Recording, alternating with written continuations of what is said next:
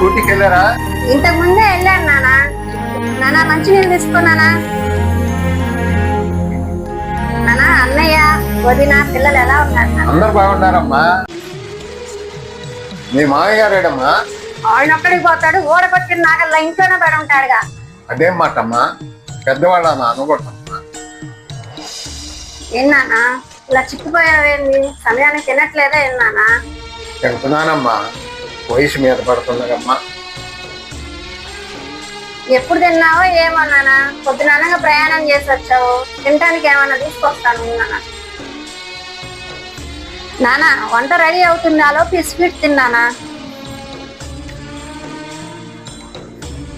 బాబుగారు బాగున్నారా? కూర్చోండి. మా అల్లుడు గారు అందరూ బాగున్నారుగా? అందరం బాగున్నాం. ఎవరు బాగున్నారుగా?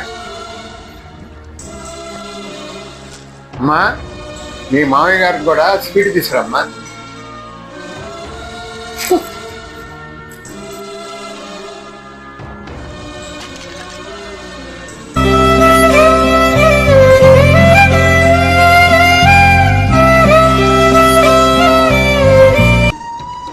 అమ్మా, మీ మామయ్య గారికి ఒకటే తెచ్చేయండమ్మా.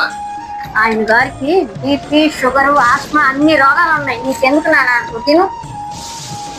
అసలే చిక్కిపోయావు, నువ్వు తిన్నానా? చూడమ్మా, ఇక్కడ మీ మామయ్య గారి నుండి చూస్తున్నావా, నన్ను కూడా అలాగే చూస్తుందమ్మా మీ వదిన.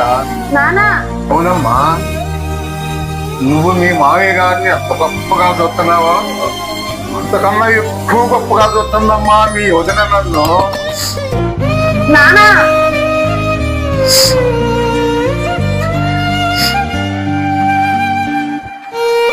అవునమ్మా, నీకు నేనెంత, మీ మామయ్య గారు కూడా ఎంతేనమ్మా.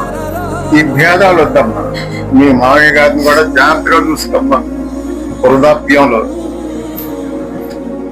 అలాగే నానా, అలాగే చూసుకుంటా నానా.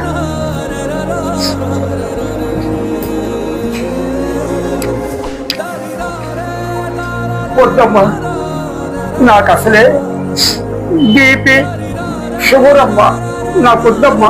నన్ను క్షమించండి మావయ్య గారు, నన్ను క్షమించండి మావయ్య గారు. ఏం కాదులే మావయ్య గారు, టాబ్లెట్ వేసుకుంటే సరిపోయింది. ఏం తిన్నా కూడా నన్ను క్షమించండి మావయ్య గారు. ఈ అడవకమ్మా, ఈ అడవ. ఇన్ని రోజులు నిన్ను బాధపడ్డాను, నన్ను క్షమించండి మావయ్య. నువ్వు నా బిడ్డ లాంటి దాని కదమ్మా, ఈ అడవ.